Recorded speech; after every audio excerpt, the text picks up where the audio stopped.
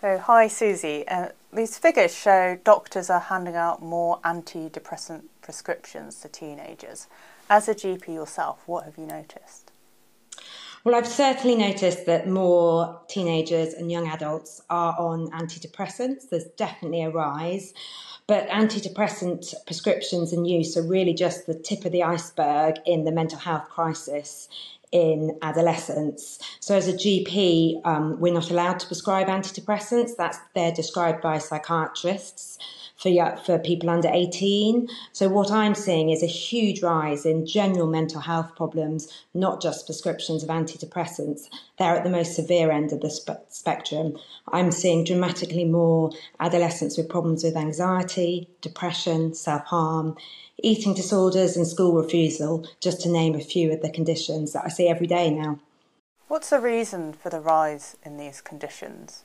I think it's so complicated and there's so many factors involved, but certainly we've been noticing a rise in mental health problems since 2010, and lots of people have been looking into why. I'm particularly interested in the increased use of social media, smartphones and gaming since that time, and the effect that can have on adolescents, but certainly there's increased pressure, increased financial difficulties at school, rises in cyberbullying. Young people seem to be spending less time outside and face-to-face with each other, all of which can compound mental health problems, along with the pandemic, which certainly has seemed to expedite the problems that young people are already having.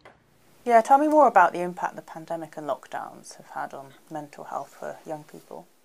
I think the pandemic had an absolutely devastating effect on mental health for young people. It was a prolonged period of isolation and uncertainty. And in the short term, I think it affected young people's mental health adversely. And many of them managed to pick up and get back to school and take up hobbies and other interests. But what I'm seeing is a proportion of young people who never even made it back to school after the pandemic, partly because their anxiety and they developed maybe a social phobia after a prolonged period of time at home. So there's a proportion who have really, really suffered, and then just a general decline in well-being in young people since the pandemic, that edging down of well-being. Maybe they're doing less activities, they're spending more time online, they've got an increase in their anxiety, more school refusal, and it's having a really significant impact on the well-being of our young people across the country. What solutions are there out there for young people who are feeling depressed? I think the most important thing for young people is to hold on to hope and to seek help.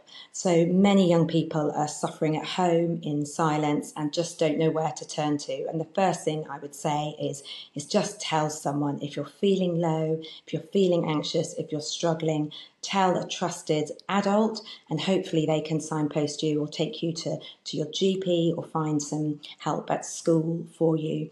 And really it's about trying to do more of the things that you enjoy and are good for your well-being, however difficult that is. So I would just encourage you to get outside, do some exercise, even if that's just kicking a football around in the garden or going for a walk.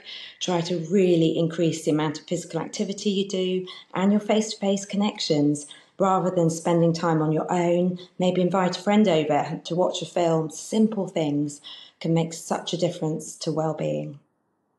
Do you have any advice for parents who might have their child who's come up to them saying they're feeling depressed, or they notice something's not quite right? I think it's really, really tough on parents. So the first thing I'd say to parents is actually look after yourself. It's incredibly difficult if you've got an adolescent struggling with their mental health. So make sure you're putting your own life jacket on, make sure you're looking after yourself, and then really seek help. Talk to other parents, talk to your child's school, talk to your GP. Again, don't suffer in silence. It's really hard to access help for parents, and I would just say be really persistent. If your child needs help, the help is out there. It's just taking the time and the effort to try and access it for your young person, but it's really, really worth it because we know that early intervention has a better outcome for young people. So if you're worried, don't be afraid to make an appointment with your GP or your school to discuss it. And going back to the antidepressant prescriptions, because there's been this data out saying how it's now hit 1 million antidepressant prescriptions for young people. I mean, how effective would you say antidepressants are? Antidepressants do work in moderate to severe depression alongside talking therapies. So they're not the magic answer for young people, and they have significant side effects. So certainly in mild depression, we know that talking therapy and activities are by far the best way to treat that. And there's definitely a case for the use of antidepressants in young people, but it's definitely on the more severe end when other things have failed. So although they do work, they're not a magic answer to all the problems. And I think it's really important that we look at the root of why a young person is anxious or depressed and try and deal with that first. Well, Susie Davies, thank you so much for joining us. I appreciate it. Thank you very much.